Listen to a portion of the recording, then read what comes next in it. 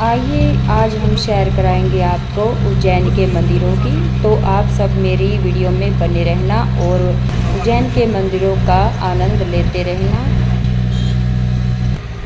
राधे राधे, जय श्री कृष्णा। स्वागत है आप सभी का मेरी वीडियो में बिना विकास ब्लॉग में। और आज चल पड़े हैं पतिदेव जी उज्जैन बंगलामुखी माता के दर्शन करने के लिए।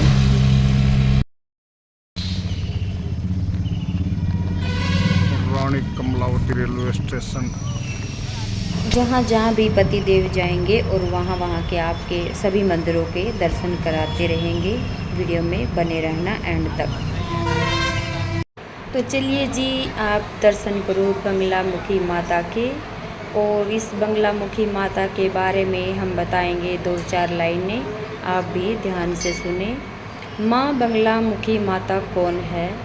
बंगलामुखी का क्या मतलब है? बंगलामुखी माता का वार कौन सा है? माँ को कैसे खुश करें? 10 महाविद्याओं में से एक 8वीं विद्या माँ बंगलामुखी है। बंगलामुखी देवी का प्राकट्य स्थल गुजरात के सौराष्ट्र क्षेत्र में माना जाता है। कहते हैं कि हल्दी रंग के जल से इनका प्राकट्य हुआ था। इसी कारण माता को पीताम्बर कहते हैं। मुकदमे आदि में इनका अनुष्ठान सफलता प्राप्त करने वाला माना जाता है। इनकी आराधना करने से साधक को विजय प्राप्त होती है और शत्रु पूरी तरह से अपराजित हो जाता है।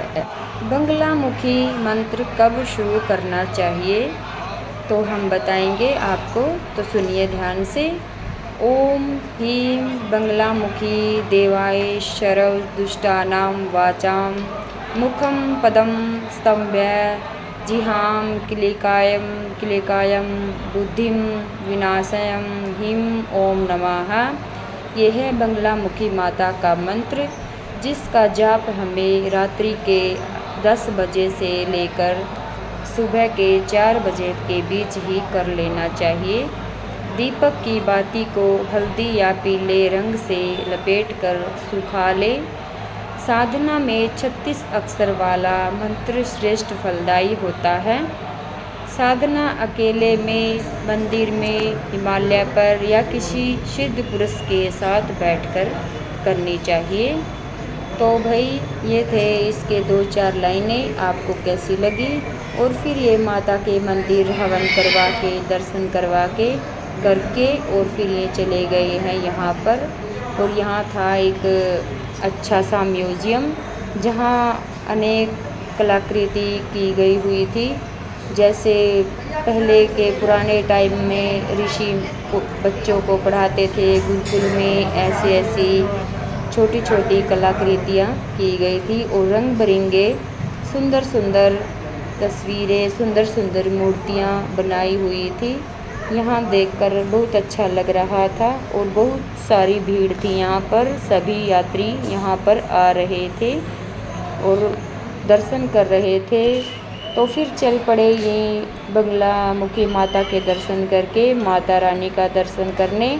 और ये मंदिर है जहाँ पर हर रोज़ दिए जगाए जाते हैं। शाम की पूजा के करते वक्त पहले इन दियों को जगाते हैं। सब जो वहाँ के पुजारी होते हैं उनका बड़ा अच्छा एक्सपीरियंस होता है। वहाँ ऊपर से चढ़कर सभी दियों को जगा देते हैं।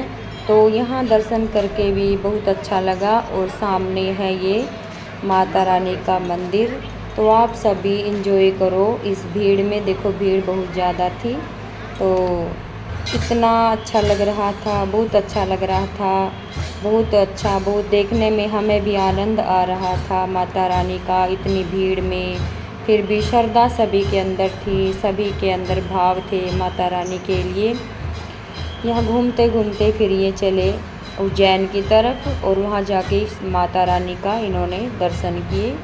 तो आप भी दर्शन कर लो, जो पास में है वो तो करते ही रहते हैं। हम दूर बैठे भी माता रानी के दर्शन कर रहे हैं। आप सबको कैसे लग रहे हैं दर्शन? अगर किसी ने कर रखे हो तो कमेंट ज़रूर करें। तो फिर ये चल पड़े अगले दिन काल भैरव मंदिर, और वहाँ जाके उज्जैन में बहुत सारे मंदिर हैं, तो उज्जैन के महाकाल जी के भी दर्शन किए। वहाँ की वो वीडियो शूट नहीं कर पाए, और काल भैरव के दर्शन किए, फिर पृथ्वी माता के दर्शन किए। जितने भी यात्री, जितने भी भक्तजन थे यहाँ दर्शन करके आते थे, और इस मंदिर की चारों तरफ फेरी लगा रहे थे, और सभी यहाँ की फेरी लगा रहे थे और खुश भी थे, तो बहुत अच्छा लग रहा था। और फिर ये पहुँच गए मंगलनाथ मंदिर में।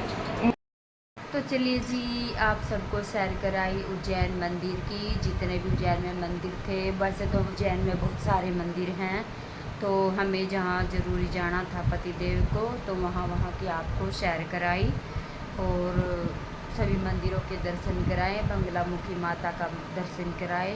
और तो फिर आज मेरे व्लॉग की शुरुआत हो रही है अगले दिन से। और मैं सवेरे उठी थी, उठ के बच्चों को दूध पिलाया, दूध दिया और बच्चे स्कूल भेजे, फिर नहाई धोई, फिर मंदिर में पूजा करी। पूजा करने के बाद फिर खाना खाया, खाना खाने के बाद रेस्ट किया, और रेस्ट करने के बाद फिर हम करते हैं झाड़ू पोछा साफ़ सफाई अपने पूरे घर की। तो साफ़ सफाई करने के बाद हम चाय पीते हैं, और चाय हमारी पक्की है 11 बजे की, हम 11 बजे ही चाय ले लेते हैं। और ये देखो भाई, हमारी सपोर्ट भी चल रही है, ये हमारी सपोर्ट है, और ऐसे ही हम एक दूसरे को सपोर्ट करते रहते हैं, सभी बहनों को। और पूरा दिन ऐसे ही प्रोसेस चलता रहता है, सवेरे घर का काम भी होता है, और लाइव में भी जुड़े रहते हैं, बहनों को सपोर्ट भी करते रहते हैं। तो शाम का मेरा ऐसे ही रूटीन चलता रहता है, दिन में जो एक्स्ट्रा काम होते हैं वो भी कर लेती हूँ। और ये देखो भाई, मैंने अपने पूरे घर की साफ़ सफाई भी कर दी है, अपना रूम भी क्लीन कर दिया है। और अब दिखाएंगे आपको बाहर का वेदर। और बाहर का वेदर ऐसा है कि कभी धूप आवे, कभी बादल आवे। तो ये देखो भाई, बाहर का वेदर, ये तो धूप खिल रही है, थोड़ी देर पहले बादल थे, और आसमान में अभी भी बादल घूम रहे हैं, कैसी काली काली घटा छा रही है चारों तरफ। और काम हमने सारा फिनिश कर लिया है। और ये देखो मेरे पेड़ पौधे सारे हरे भरे, आजकल तो भाई डाली भी लगा दो तो वो भी हरी भरी हो जाए। और ये देखो सारे कुछ मेरे पेड़ पौधे ऊपर रखे हैं। तो चलिए आपको ऊपर की भी सैर करा के आते हैं। और ये देखो मेरे जेड प्लांट छोटे छोटे पॉट में लगाए हुए हैं। और ये मैंने बनाई है टोकरी, ये मेरी टोकरी है। और बादल चारों तरफ हो रहे हैं। ये देखो भाई मेरे फूल, पेड़ पौधे, स्नेक प्लांट। और ये कलम लगाई थी, अभी तक तो हरी है ये भाई, देखते हैं फुटेगी कि नहीं। और बाहर का वेदर देखो भाई, आसमान का देखो, बादल कितने काली काली घटा छा रही है, यार धूप भी निकल रही है, बादल ही बादल हो रहे हैं। बारिश नहीं आ रही है भाई अब की बार बिल्कुल भी, यहाँ तो बारिश नहीं हो रही है, और चारों तरफ हो रही होगी तो पता नहीं। अब की बार यहाँ बारिश नहीं हो रही है बिल्कुल भी। और बारिश तो होनी सबसे ज़रूरी है, क्योंकि खेतों में धान की रोपाई हो रही है, जीरी लग रही है, तो जीरी को पानी की बहुत ज़्यादा ज़रूरत होती है। और मैं आई थी छत पे, धूप लग रही है करड़ी। और ये देखो मेरे पेड़ पौधे, और तुलसी देखो भाई कितनी जैम रही है, कितनी सारी, ये सारी तुलसी है भाई, ये देखो तुलसी ही तुलसी है, कितनी कितनी सारी जैम रही है। और ये कड़ी पत्ता, कड़ी पत्ते की मैंने ऊपर तक कटिंग कर दी है, तो ये ज़्यादा लंबा हो जाएगा, इसीलिए मैंने ऊपर तक इसकी कटिंग कर दी है। हमारे गुड़हल का पौधे सारे एकदम मस्त है, बढ़िया। तो अब चलते हैं नीचे। और मैं आ गई हूँ नीचे। और कल मैंने सूट सिला था, ये देखो, कल मैंने इस सूट की, पहले तो इसको मार्केट से लेके आई थी, इसकी सिलाई करी और मार्केट से लेके आई थी, वो भी व्लॉग मैंने डाल रखा है। और कल मैंने सोचा भाई इसको सिल लो भाई, नहीं तो फिर गर्मी निकल जाएगी, फिर क्या फ़ायदा होगा। तो ये सिमा मैंने कल, और ये पीस मेरा पड़ा ही है, तो इसको भी सिल लूँगी। जो हमारी वेस्टेज सलवार होगा तो उसको भी काम आ जाए। और मशीन का भी काम कर लेते हैं दिन में थोड़ा बहुत, और बहनों को सपोर्ट भी करते रहते हैं। और भाई ये तो मैंने कल सिल लिया था और आज इसने सिल लूँगी मैं, और ये पड़ा है तो मेरी 2 सूट तैयार हो जाएंगे।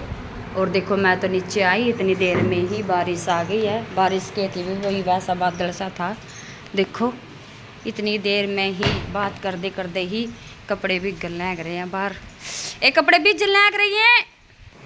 देखो भी राम की माया का कुछ नहीं पता, मैंने कह रही थी भी बारिश नहीं होंगी, पता नहीं राम कहीं सुनने लग रहा था तो गिर ही बारिश आ गई भी। आप देख सकते हो अभी हाल की हाल जिनमें मौके पे ही बारिश आ गई है।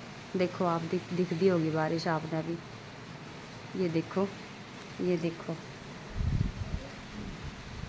भाई कई बार ऐसा होगा भाई हम कुछ बोल रहे हैं तो परमात्मा हमारी बात सुन लेते हैं। कहते हैं 24 घंटे में भाई सरस्वती वास करती है हमारी जीभ में, एक बार हमारे मुख से सच बात निकलती है, तो वही बात मेरी सच होगी आज। देखो भी बारिश आएगी गिर रही। तो भैया आज का मेरा ये ब्लॉग आप सबको कैसा लगा, लाइक शेयर कमेंट ज़रूर करा करो। और मैंने अपनी दिनचर्या बताई और कैसी लगी मेरी दिनचर्या, कैसे ले गए उज्जैन के मंदिर। मैं बारिश में मज़ा ले रही हूँ बूंदों का, और बहुत अच्छा लग रहा है, अभी बारिश आवा तो बहुत बढ़िया लगा। तो आज के ब्लॉग में इतना ही। और ये देखो बारिश का आनंद लेते हुए बहुत अच्छा लगता है भाई, बारिश तो होनी बहुत ज़रूरी है। तो भाई आज का व्लॉग यहीं पर एंड करते हैं। आई होप आपको मेरा व्लॉग अच्छा लगा होगा, अगर अच्छा लगा तो एक प्यारा सा कमेंट ज़रूर कर देना। तो फिर मिलेंगे नेक्स्ट व्लॉग में। राधे राधे।